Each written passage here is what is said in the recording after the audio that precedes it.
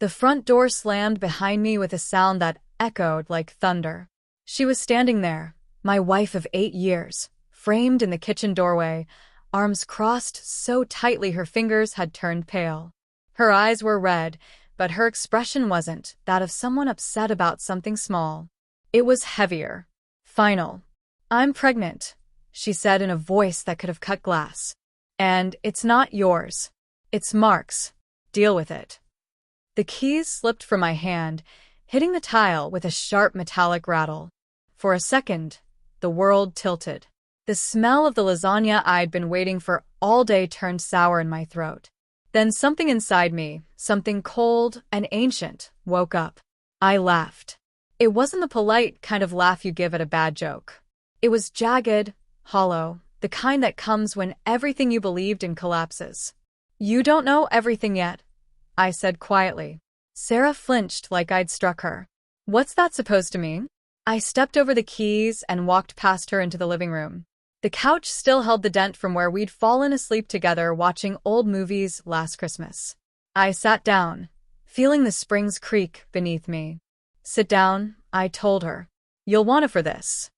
After a moment of hesitation, she obeyed, one hand resting protectively on the small swell beneath her sweater.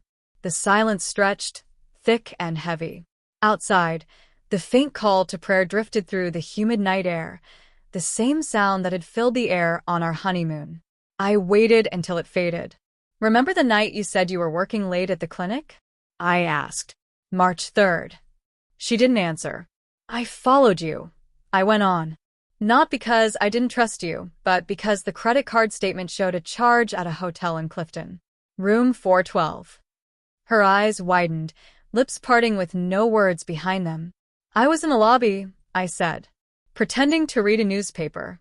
I saw you walk out, holding hands with my brother."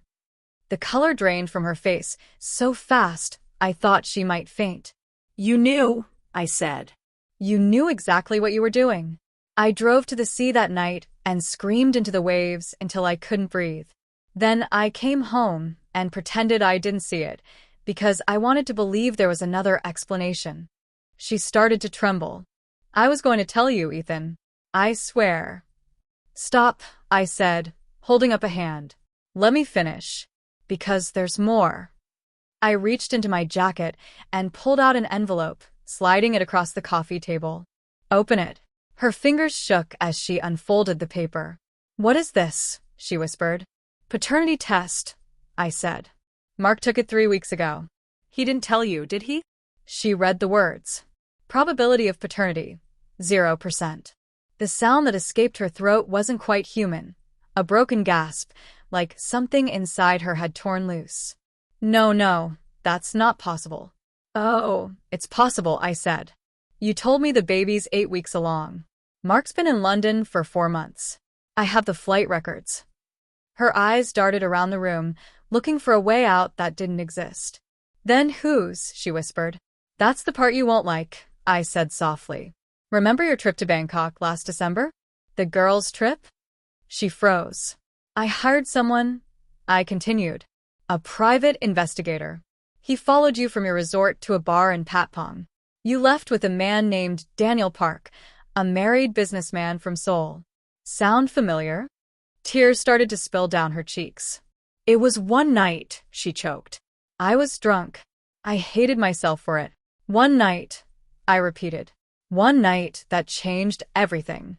I stood up. My knees felt like they might give out. "Mark thought he was helping you. You used him because it was easier than facing me." She crumpled forward, clutching her stomach. "What happens now?" "Now." I looked around at the room, at the wedding photo, at the ultrasound pinned to the fridge. "Now I stop pretending. I've already spoken to a lawyer," I said quietly. "This house was my mother's. It's in my name. You have until Friday to pack. After that, the locks change." She looked up, eyes swollen and empty. "And the baby?" I swallowed hard. "The baby deserves the truth. If you want to tell Daniel Park he's going to be a father, that's on you. If you want Mark to keep believing the lie, that's between you and your guilt. But you don't get to raise that child here."